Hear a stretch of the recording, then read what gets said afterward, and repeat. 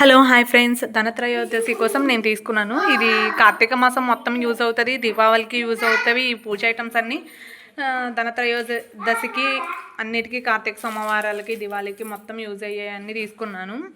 ఇవన్నీ నాకు వచ్చేసి ఆయిల్ కొంచెం ఇవి తప్పించి మట్టి ప్రమిదలు మట్టి ఐటమ్స్ మొత్తం నాకు 300 రూపీస్కి అయితే వచ్చినాయండి.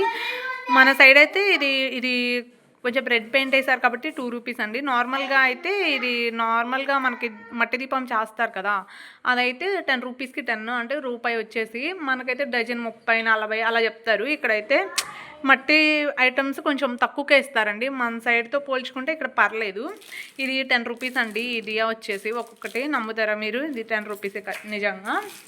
ఇంకా కొన్ని దియాస్ కూడా తీసుకున్నాను. ఇది పేరు వచ్చేసి 150 రూపీస్ చెప్పారు నాకు.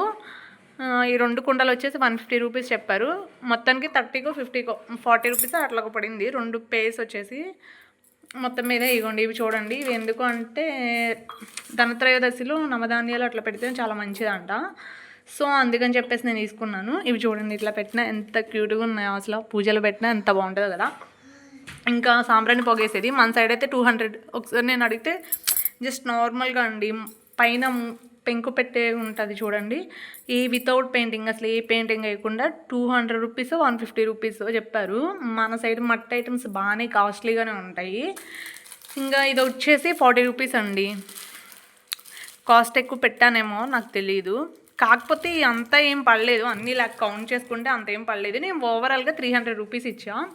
లక్ష్మీదేవి ఉన్నాయి చూసారా, ఇక్కడ వీటి మీద ప్రమిదలు కూడా వచ్చినాయండి. ఎందుకులే లక్ష్మీదేవి కాళ్ళ మీద ప్రమిదలు ఉన్నాయి, ఆయిల్ పేస్ట్ పెట్టడం బాగోదులే అని చెప్పేసి నేను ఇలా తీసుకున్నాను. లక్ష్మీదేవి ఇంత క్యూట్గా బాగున్నాయి, పూజలో పెట్టినా చాలా బాగుంటాయి కదండి, మట్టితో చేసినవి.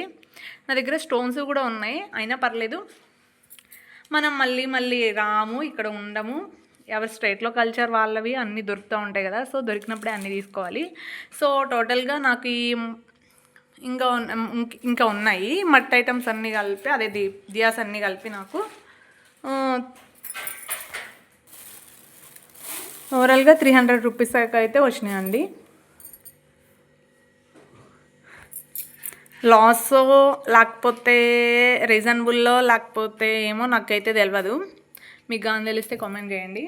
ఇంకా ఇవైతే రిలయన్స్లో తీసుకున్నాం. మన సైడ్ రిలయన్స్లో అయినా దొరుకుతాయి. ఇవి వచ్చేసి కుబేరా దీపాలు అంటండి, నాకు తెలియదు. నేను ఇవన్నీ